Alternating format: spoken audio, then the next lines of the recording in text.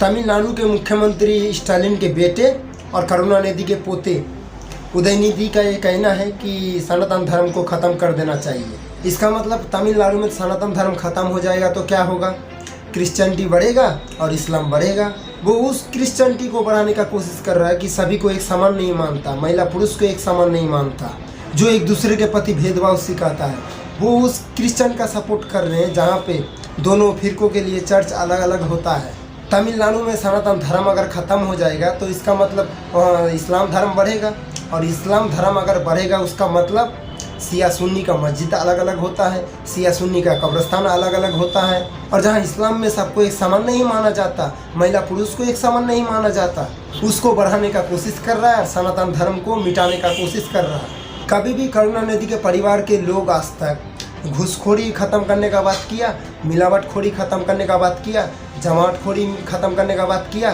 तमिलनाडु में करुणानिधि का परिवार इतना दिनों से राज कर रहा है, पूरा परिवार पूरा खानदान पॉलिटिक्स में है। करुणानिधि थे, उसके बाद स्टालिन मुख्यमंत्री है, आलागिरी पॉलिटिक्स में है, मारांग पॉलिटिक्स में है, कनिमोझी पॉलिटिक्स में है, दयानिधि पॉलिटिक्स में है, उदयनिधि पॉलिटिक्स में है, अरुणिधि पॉलिटिक्स में है। पूरा खानदान पॉलिटिक्स में भरा हुआ है। कोई सांसद है तो कोई विधायक है, तो कोई केंद्र में मंत्री था तो कोई मुख्यमंत्री था, कोई लोकसभा में है तो कोई विधानसभा में है। मतलब कि पूरा खानदान पॉलिटिक्स में भरा हुआ है।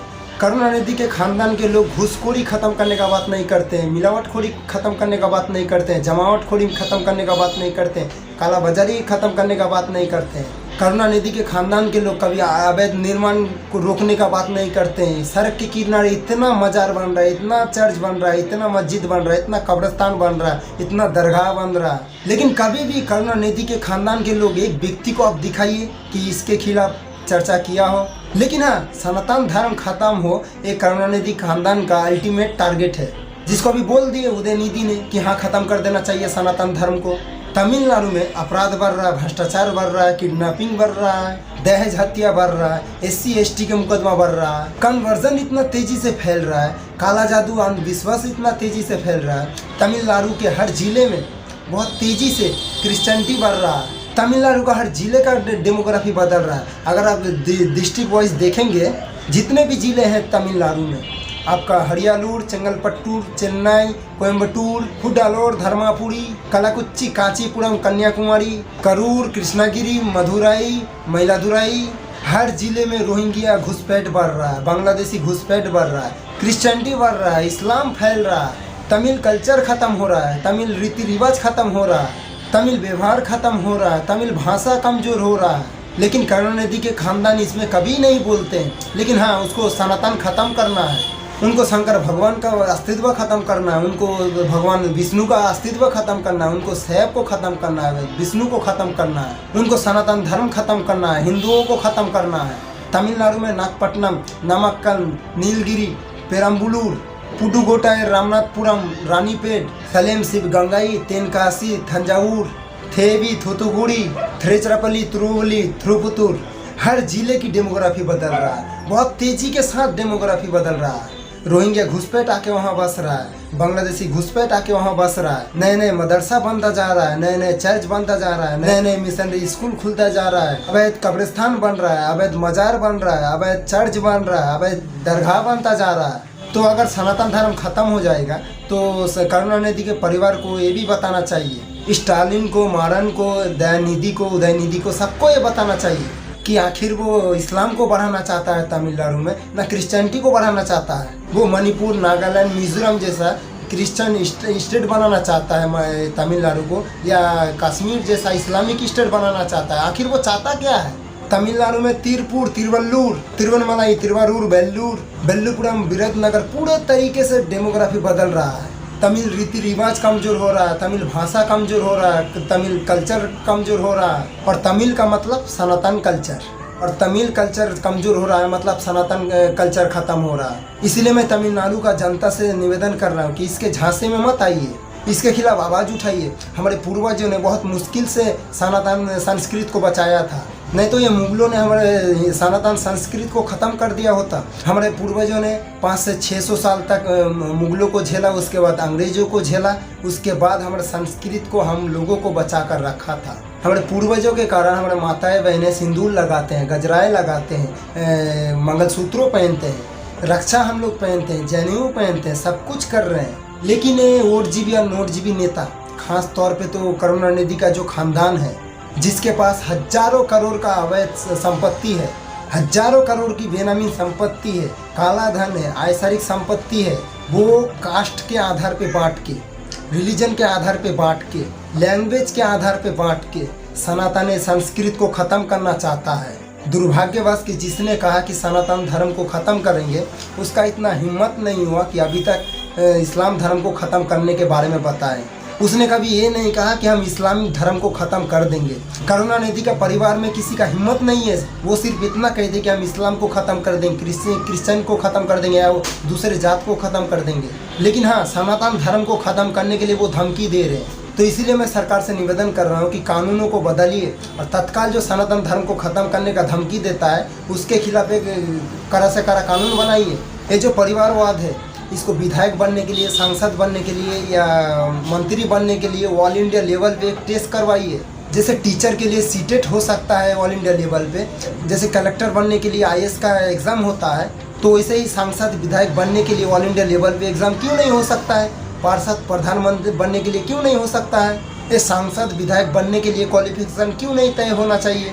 अनपढ़ अनाड़ी गंवार, ना जिसको संविधान पता, ना जिसको कानून पता, ना जिसको ABCD पता है, वो सांसद विधायक बन गए। क्यों बन गए? उसका परिवार का लोग पहले सांसद विधायक थे, मुख्यमंत्री थे, इसीलिए सांसद विधायक बन रहे हैं। वैसे ही आप उदाहरण देख लीजिए कि करुणानिधि के परिवार में कितने लोग सांसद विधायक बन गए। बेटी, दामाद, बेटा, पत्नी, नाती, पोते, भाई बहन, सब सांसद विधायक बन रहे हैं, सब लाखों करोड़ों रुपया कमा रहे हैं। तो इसीलिए अब समय आ गया है कि कलेक्टर बनने के लिए जो एग्ज़ाम होता है, जैसे कांस्टेबल के लिए जो एग्ज़ाम होता है, वैसे ही सांसद विधायक के लिए एग्ज़ाम कंडक्ट किया जाए कि जो पास कर पाए वही खड़ा हो पाए।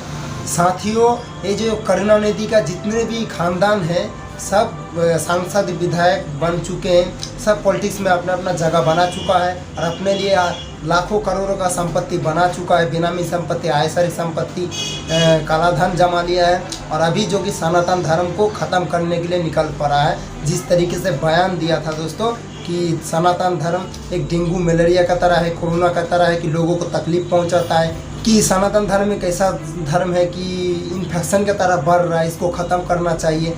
तो वो उसको हम बता कर जाते हैं एक बार, उसको लेकर तो एक वीडियो हम बना चुके हैं, तो इसमें भी बता देते हैं कि अगर तुम में दम है, तुझ में अगर दम है, तो किसी इस्लाम धर्म को ख़त्म करने का बात करके दिखा। अगर तू मर्द है, तो अगर सच में तू मर्द है, तो तू क्रिश्चियन धर्म को ख़त्म करने के बारे में बता। तू सच में अगर तेरा माँ का दूध पी के बड़ा हुआ है, तू अपने आप को मर्द सोचता है ना, तो तू इस्लाम धर्म को और क्रिश्चियन धर्म को और अन्य अन्य धर्म को ख़त्म करने के बारे में बताकर दिखा। तब सोचेंगे कि हाँ तू मर्द है, तब तक नहीं सोचेंगे कि हाँ तू मर्द है, क्योंकि तू जानता है कि हिंदू धर्म को लेकर टिप्पणी करेंगे, सनातनी संस्कृति को लेकर टिप्पणी करेंगे, तो हिंदू सब चुप बैठेगा, हिंदू कुछ नहीं कर सकता है।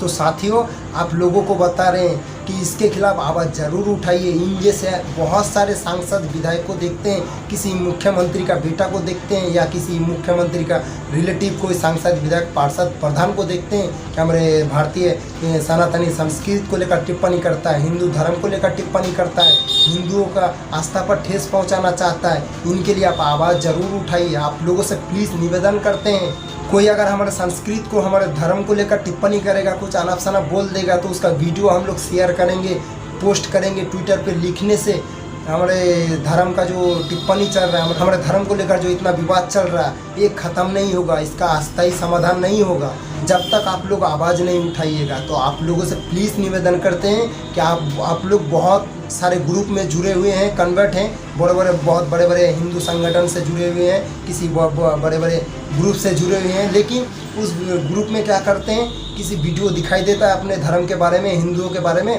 कोई टिप्पणी करता है, कोई अनाप शनाप बोलता है, उसको आप लोग ग्रुप में उस वीडियो को डाल देते हो या ट्विटर में लिख देते हो या फेसबुक में पोस्ट करते हो, लेकिन आवाज़ नहीं उठाते हो। इसीलिए इन जैसे बहुत सुअर के बच्चों को देखते हैं कि हमारे हिंदू धर्म को लेकर टिप्पणी करता है और सनातनी संस्कृति को ख़त्म करने का कोशिश करता है।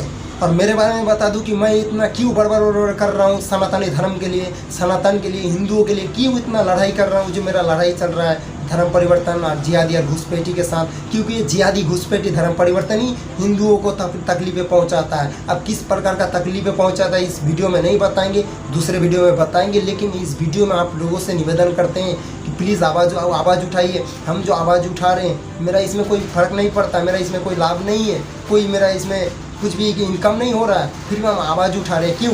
क्योंकि हमारे धर्म को लेकर जो इतना टिप्पणी चल रहा है, हमारे संस्कृत को लेकर इतना संस्कृत को मिटाने का कोशिश कर रहे हैं, इसीलिए हम आवाज़ उठा रहे हैं।